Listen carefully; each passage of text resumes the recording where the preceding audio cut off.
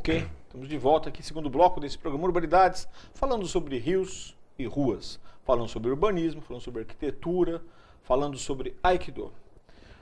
Tudo isso misturado resulta ou se catalisa na presença do meu convidado, que é o José Roberto Bueno, que está aqui. Zé Roberto, eu não vou enganar mais quem está em casa, nós vamos falar agora do Rios e Ruas, depois a gente volta para outros temas aí. Como surge e o que é? Rios e Ruas surge do encontro meu com uma pessoa. Ou seja, Eu sei quem é. exatamente. É o Luiz de Campos. Luiz de Campos Júnior. Até 2010 não o conhecia. Um amigo comum nosso nos apresentou, falou: vocês gostam de educação, vocês gostam da cidade, vocês gostam de intervenção urbana, vocês gostam de transformação, enfim. Eu acho que vocês deviam, vocês não se conhecem, então a gente tomou nosso primeiro café. Eu brinco que hoje eu lembro desse cafezinho, fico imaginando o poder de tomar um café bem tomado com alguém, né? E esse cafezinho ele revelou, Luiz, eu trouxe a minha história, o Luiz trouxe a dele, até que uma altura ele trouxe o mapa da cidade de São Paulo, como a gente conhece, o mapa que a gente vê por satélites, né, da cidade, enfim. Mas ele mostrou um segundo mapa, que é o que me impressionou de cara, que ele mostrou o mapa, é um croquis do geógrafo Aziz Absaber, é um croquis dos rios ocultos da cidade de São Paulo. E aí é um absurdo, é uma quantidade imensa. E ali está até simplificado, mas são cerca de 300 rios, talvez mais, 400, 500, que ninguém tem a menor ideia, e eu também não tinha. Envolve o quê? São Paulo Metropolitano? São Paulo Metropolitano, Grande São Paulo, isso aí não é o estado, o pessoal pergunta... Não, é o município de São Paulo. 300 rios. 300 rios. A gente hoje acha que podem chegar a 500, 600 córregos, riachinhos, enfim. Aquilo lá me impressionou demais. Eu falei que lá é muito forte essa informação e seria insuportável ficar com ela só na minha cabeça. Eu quero experimentar esse negócio. A gente pode ver, a gente pode visitar. Foi a pergunta que eu fiz para o Luiz. E a gente foi fazer um passeio a partir de casa. Ele falou: vamos para qualquer lugar que você quiser, a gente sai. Com certeza, a 200, 300 metros a gente vai cruzar um rio. E a gente fez a primeira experiência, eu e o Luiz. A gente saiu de casa, a 100 metros de casa, e identifiquei uma nascente de rio. Tá, peraí, vamos colocar a coisa em Vamos perspectiva. botar as coisas assim. Onde é que você mora? Eu moro na Vila Indiana, eu moro na fronteira da USP, na cidade universitária lá em São Paulo, no bairro do Butantã. Sim. E a gente saiu de bicicleta para fazer um pequeno passeio, essa história eu conto bastante aqui.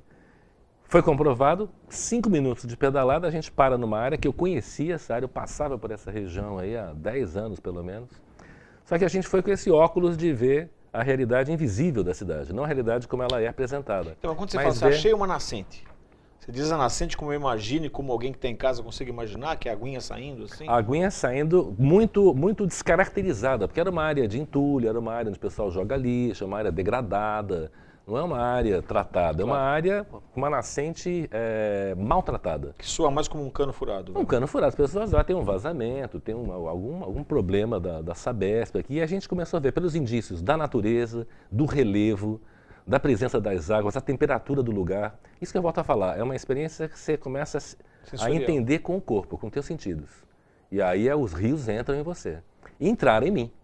E eu não resisti de novo, eu falei: a gente precisa continuar essa história, vamos chamar mais gente, né? A gente montou nossa primeira oficina, foi uma oficina que a gente ofereceu para contar essa história. Eu lembro que a gente não revelou assim o segredo, né? A gente chamou de Cidade Invisível, venha conhecer uma cidade que você não imagina, né? A gente fez tanto mistério que não veio ninguém para a oficina, né? Aí fiquei olhando para o cara do Luiz, falando: Luiz, ou o pessoal não quer saber disso, ou a gente é ruim de marca, vamos botar... Rio, a gente só está falando de rios, está falando de ruas, vamos chamar provisoriamente de Rios e Ruas. Colou e ficou e a gente... Porque você levanta uma curiosidade, né? Tá.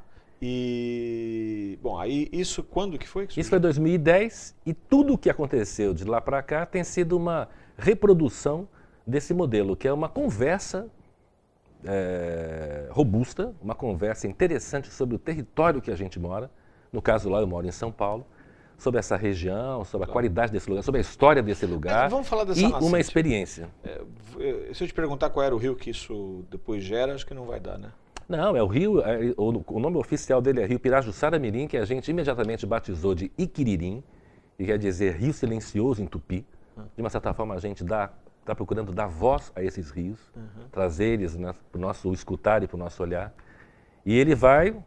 A sua foz dele é no Pirajussara, que tem a sua foz no Pinheiros, que tem a sua foz no Tietê. Olha que legal. Bom, mas vamos falar dessa nascente. Aí você tem a nascente e tal, e aí ela vira o quê? Ela, nesse terreno que ainda está mantida, uma área...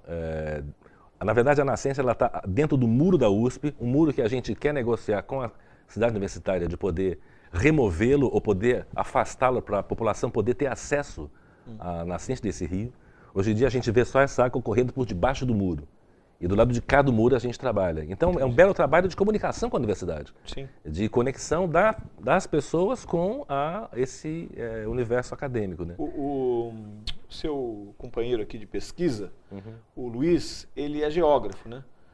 É da Universidade de São Paulo, não? Universidade de São Paulo. Poxa vida, ele já tem um pé lá dentro, né? E vinha com uma experiência de 20 anos pesquisando, também foi tocado na época da universidade por um colega.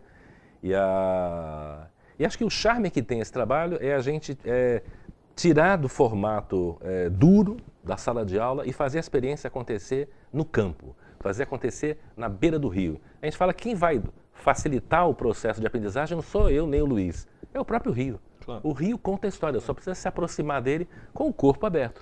É essa coisa de deixar o objeto de análise conversar com você, né?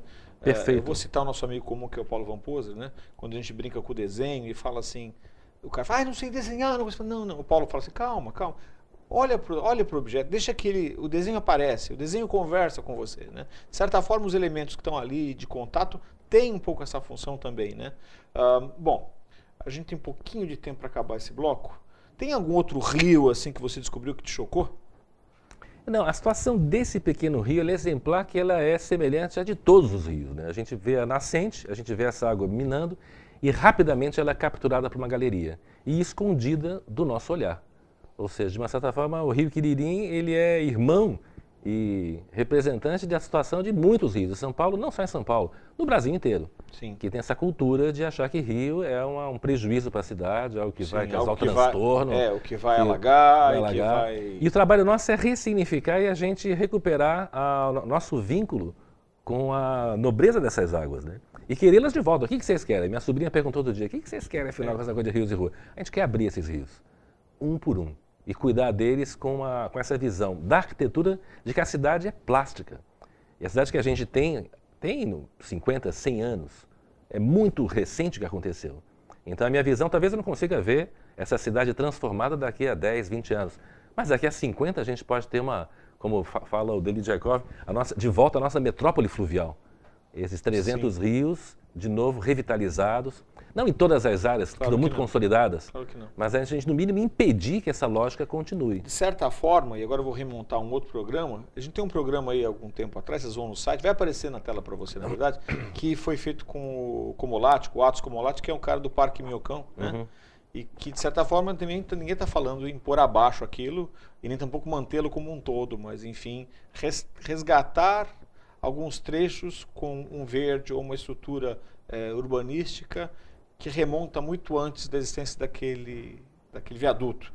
De certa forma é isso. Reler o que foi São Paulo há 100 anos, talvez, e onde nós saímos da rota, né? E viramos uma metrópole sem sentido e tão opressora para algo híbrido que resgata um pouco esse prazer de contato com a natureza, talvez seja isso? Não, e recuperar o poder que as pessoas têm de desenhar essa cidade. Tá Ou certo. seja, a gente sai da poltrona achando que alguém vai mudar isso. Não, a gente precisa se reunir, a gente precisa se encontrar, a gente precisa afirmar o que a gente quer para educar o poder público. Claro. Para o poder público ouvir o que as pessoas querem. Eu acho que a gente está nesse lugar. A gente tem que parar aqui. Simbora. Eu volto daqui a um minuto, fique com a gente.